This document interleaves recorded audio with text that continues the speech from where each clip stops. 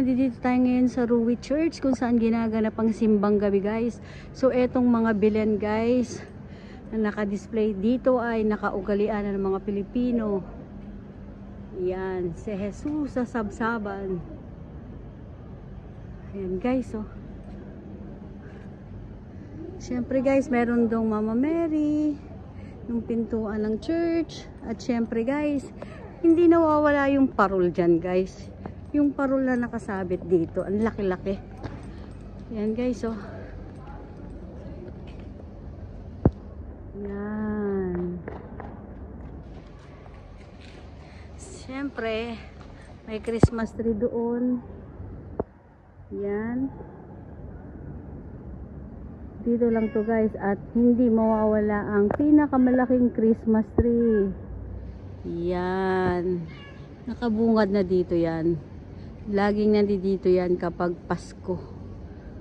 Yan. Actually guys, ang taas niyan. Yan, oh. Lapitan natin. Yung kanilang Christmas tree at yung Belen. Yan. At yung parol nila doon sa taas. Siyempre may mga ibang lahi din guys na namamangha sa mga gawa ng parol. So guys, tingnan nyo. Christmas tree. Ang ganda, no? Yan. Diyan si Santa Claus. Yan. Si Santa Claus, oh. Yan. Yan siya. Siyempre, yung mga dekorasyon ng mga malalaki talaga. As in. Tsaka yung mga bolang malalaki hanggang dun. At syempre dun sa tuktok nandoon yung tala.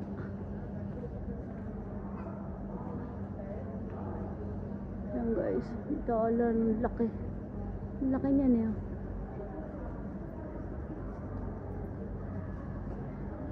Ang lalaki ng mga pangsabit. Ayun oh. Ang laki. Laking bola. Yan. Ang ganda guys, di ba? Kumukuti-kutitap ang Christmas tree. Yan.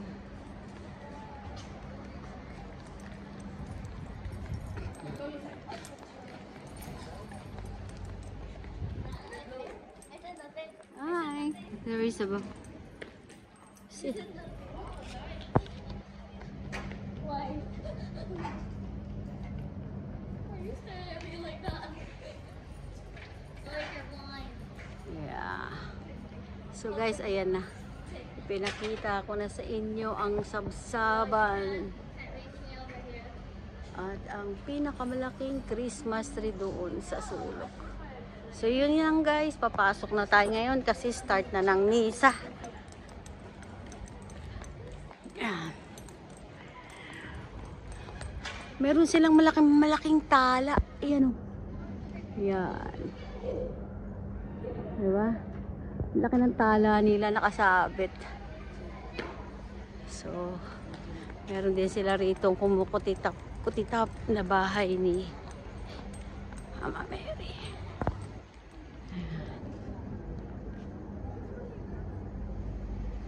Ang ganda guys, ano?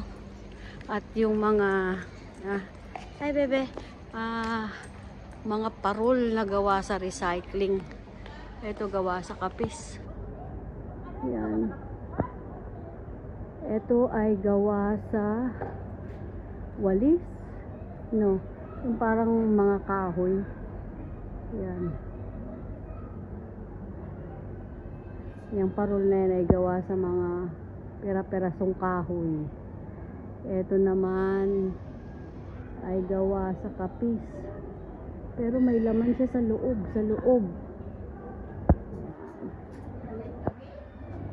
At ito din.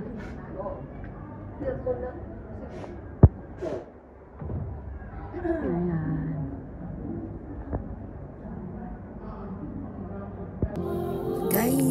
Guys, itutur ko kayo sa loob ng simbahan. Actually guys, medyo solemn ito. So ito ay habang kumakanta sila ng mga kantang pangsimbahan, yan, i-quick Tinutur ko lang kayo kasi mag-uumpisa na tayo magdasal at yan ang ating simbahan dito sa gitnang silangan guys.